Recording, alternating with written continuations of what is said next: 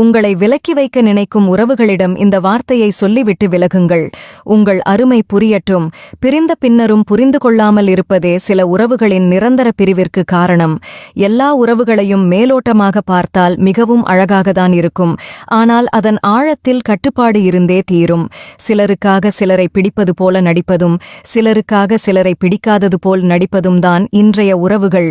உறவு என்பது புத்தகம் போன்றது. படித்தும் தெரிந்து கொள்ளலாம், பட்டும் தெரிந்து கொள்ளலாம். முன்பின் தெரியாதவர்கள் கூட முதுகில் குத்துவதில்லை. முகமறிந்த சில உறவுகள்தான் அதிகம் குத்துவார்கள். மனம் விட்டு பேச உரிமையுள்ள இடத்தில்தான் மனதில் பட்டதை பேசி அநியாயப்பட்டு நிற்போம். பல சமயங்களில் அவமானப்படுத்துகிற போது ஓர் அவதாரம் எடு, வீழ்கின்ற போது விஸ்வரூபம் எடு, புண்படுகிற போது புன்னகை செய். உன்னை காயப்படுத்தியவர்களுக்கு வார்த்தைகளால் பதில் சொல்லாதே, வாழ்ந்து காட்டு. விலக்கி வைக்க நினைக்கும் உறவுகளிடம் இந்த ஒன்றை மட்டும் சொல்லிவிட்டு விலகிவிடுங்கள். நான் விலகி நிற்கவே விரும்புகிறேன், நீங்கள் வீணாக சிரமப்பட தேவையில்லை என்று.